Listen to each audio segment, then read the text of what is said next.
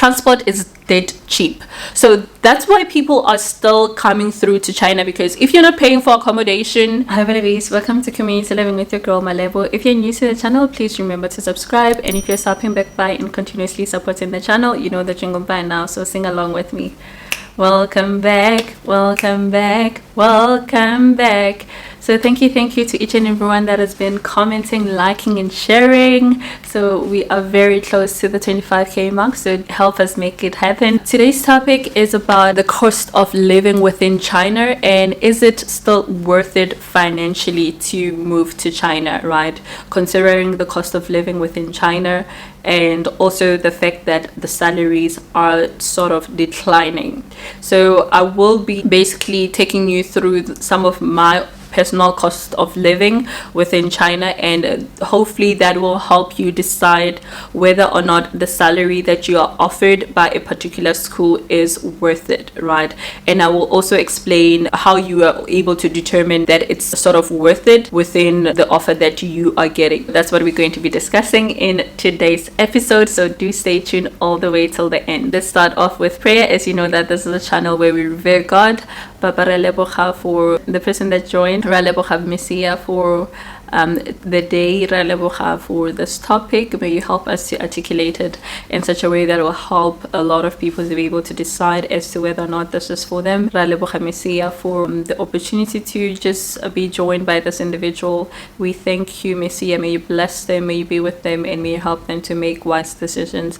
In the mighty name of our Lord Jesus Christ, ra leboga, amen. So then we are going to move on to the very first point, right? Which is accommodation. So accommodation, when you are teaching it, it's either paid by the school or it's paid by yourself. Majority of the offers within China will have it that the school is paying some amount towards your accommodation. Minimum probably like 1,000 RMBs all the way to 5,000 RMBs. I've never heard anyone that has more than 5,000 RMBs for housing allowance. It's called housing allowance. That is the one option. So I don't know a lot about that because I don't get housing allowance, unfortunately. Then there are people like myself who then have to pay for their own accommodation, right? So within China, it depends where you are living. So accommodation is not the same throughout China. China is quite a big country. So just for context, China is 4 to 8 times. I'm not sure if it's 4 times or 8 times bigger than South Africa. So imagine South Africa at least 4 times more, right? So that is how big China is. So it's not the same everywhere. Cities are the size of some countries, basically, just to give you an idea of how big China can be. Then that means that you won't be charged the same across the entire country. So some places are more expensive, other places are less expensive, right? So tier 1 cities, so let's just say you get an offer, you need to consider which city you are going to be living in. So is it a tier 1 city? Those are the most expensive cities in China.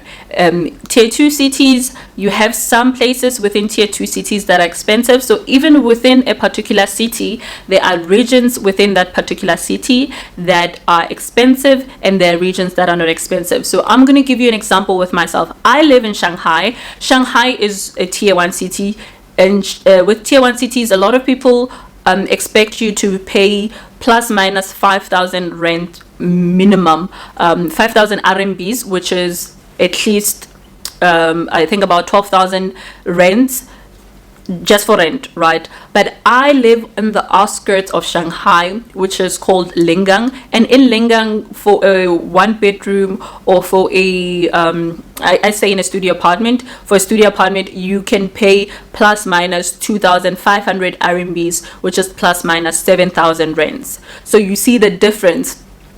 Yes, I'm in a tier 1 city, but within that tier 1 city, I'm in a region that is not expensive, right? So someone that's closer to downtown or a city center will pay more. So with that principle, you need to know how close you are to the city centers. So unlike in South Africa, where we don't want to live in the city center because it's dirty, it's smelly, it's full of like businesses and all of that, here they prefer to stay closer to the city center. So the places closer to the city centers will be far more expensive than anywhere else outside the city center. So if you are staying in a tier 2 city but with close to the city center, it might still be more expensive than someone that stays in a tier 1 city. So it could be that someone in Nanjing, for example, is paying similar to my amount or higher than my amount for the same sort of setting, right? So yeah, that's the first thing. Accommodation is going to be the biggest component when it comes to cost. Transport is dead cheap. So another reason you might move to China is that a majority of the foreigners, if not all the foreigners, don't have cars. I would say majority because it's not all. Majority of the foreigners, especially the ones that are teaching English, do not have cars. So the societal pressure to have a car as a foreigner is 0 to none. Literally 0 to 0. So there is no societal pressure for you to have a car. Most of us are using public transport, or we are using things like e-bike. If you're going to get your own transport, maybe you will get an e-bike. So a lot of people do have e-bikes. E-bikes are dead cheap. You can get one for less than 7,000 rands, right? That will probably be on the average price or even more expensive side. You can even get one for I think about 2,600, something like that, 1,000 RMBs on Taobao if you want an e-bike. If you don't want an e-bike, for example, I pay 80 bucks a month to go to work. 80 rands a month to go to work. So transport is dead cheap. Even if I had to take the subway, I still wouldn't pay anything more than 500 bucks a month for transport. So that is another thing. Transport is dead cheap within China, right? So you don't have to worry about transport. It's very accessible, super accessible. There are buses running every 10 to 15 minutes, subway lines that are running every 3 to 10 minutes. They are Didis. If you want a Didi, you can do e-hailing. There are Didas for long journeys because Didis are expensive. So there's so many ways that you can travel within China. There are speed trains as well if you want to go to other cities. So there is never a need for you to have your own car. The third thing that you obviously are going to be spending money on are groceries. So groceries are similar to accommodation. It depends on your city. So some cities, tier 1 cities, will have more expensive groceries or will have places that are a bit more expensive, but it's also up to your taste. If you buy Western stuff, yes, you're going to pay a premium regardless of where you are, even when it's online. For example, for a bottle of Cross and Blackwell mayonnaise, which sometimes we can find such things here, I paid 180, but it's because I really wanted Cross and Blackwell mayonnaise, which is I think about 3 times what I'll pay if I was in SA. But it's just because the supply and demand thing, and this is also a delicacy this side. It's not necessarily something that is easily attainable like you would find it in SA. So then you pay sort of like a premium. But if I'm buying a Kwepi, which is Kwepi or Kepi, which is a local brand, I'll pay less, but obviously I would still prefer to get the Cross and Blackwell one because it's the taste of home. So some of these things, the costs arise as a result of you wanting maybe like a taste of home versus the local stuff, but the local stuff will be cheaper and you can spend plus minus 2,000 rands as like a person that stays by themselves on their grocery comfortably. So I have stopped eating a lot of junk food. So the 2,000 rands is if you don't eat a lot of junk food. You can still have some junk food or snacks within your 2,000 rands, but if you have a lot of junk food, unfortunately you will exceed the 2,000 rands, which is what happened when I initially got here, because I was still eating a lot of junk food. I was still eating a lot of takeouts. I still eat some takeouts from time to time, but most of the time I cook for 2, 3 days, 4 days. Sometimes a week is only 7 days long. If you've cooked for 3 days and the other time you cook for 3 days, you're left with only 1 day maybe when you eat takeouts. And as much as takeout is sort of expensive sometimes, especially Western takeout, it gets, subsidized by the fact that your groceries are not that expensive. And then what else? Entertainment. So entertainment, that's all up to you. So you will go wherever you want to go. You will do whatever you want to do. What I've noticed though is that South African or international events are expensive, right? So for the two of the events that I wanted to go to, they were more than 500 RMBs. I don't know why. 500 RMBs is 1,400 for context. The international events are definitely a bit pricey, and obviously as South African I do want to go to some of these events. I haven't been to any of these events though. I did want to go to the makeup one last year, but I couldn't make it because my passport wasn't with me and I had to take a speed train, which I couldn't because of the passport thing. But yeah, so things like that. So entertainment wise, it's all up to you. Medical wise, your school might be paying your insurance for you, but you still need to have X amount of money when you go to the hospital because they will accept cash and then you'll get reimbursed. Tax is not easy to really talk about. Tax is a here or there.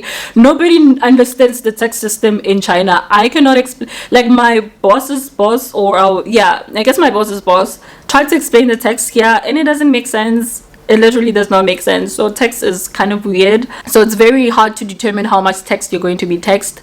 But so far I have not been taxed anything more than 2,000 RMBs in a month, and you do get your tax back at the beginning of the year, some of your tax back at the beginning of the year. There are also some stuff that you can get back on a monthly basis, which I haven't received anything because it's a long process to set it up, but you need to provide receipts for everything so that you can get some of these tax deductibles back as part of your cash flex program. Oh hey, let's talk about beauty.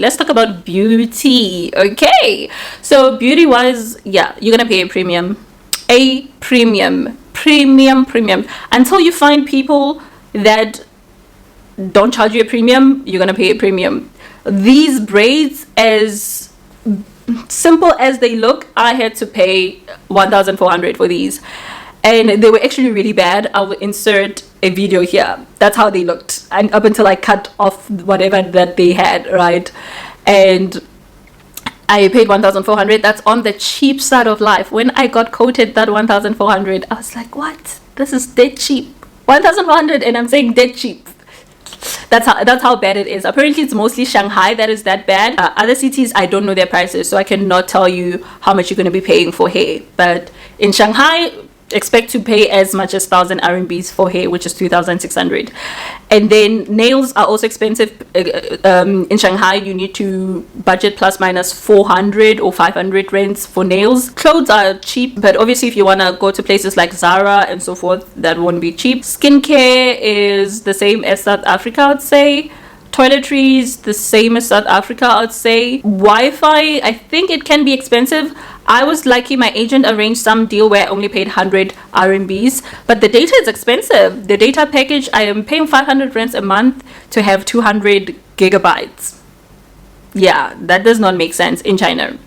So, and also some minutes, which I don't use because I never call anyone. Utilities, I haven't paid more than 500 RMBs. I've only paid about 300 RMBs so far. 300 RMBs is about, less than 700 a month for utilities. So utilities you usually have to pay for yourself. Everybody pays their own utilities. What else is there? I don't watch TV, so I don't know anything about TV and how much you have to pay if you want to watch TV and all of those things. If you have questions, do comment down below, but those are the ones that I can think of right now. And yeah, that's how much it costs to live in China. So that's why people are still coming through to China, because if you're not paying for accommodation, if you don't really go out that much, if you're a guy especially and beauty is not a thing, then you could be spending 5k a month. I know you could be spending 5k a month, and for those that are earning let's just say they're earning 50k a month, you can say 45k. That's why people come to live in China. That's the dream. That was the dream, and now I'm like but that's the dream. That's why a lot of us at this side, not all of us get to realize it, because while we're this side, I'm not talking about South Africa, while we're this side, because there are a lot of factors why you might not earn 50k, why your school might not pay for your accommodation, why this and that, why and that and that, the list is endless. But lovies, now you have a better understanding of the cost of living, and you have a better understanding of how people can save up to 45k while living in China, right? So I hope this helps you to make informed decisions. As you know, I love informing you guys so that you can make an informed decision. So yeah, so may God bless you and keep you. May his face shine upon you and be gracious unto you. Love you loads, but he loves you more. Mwah.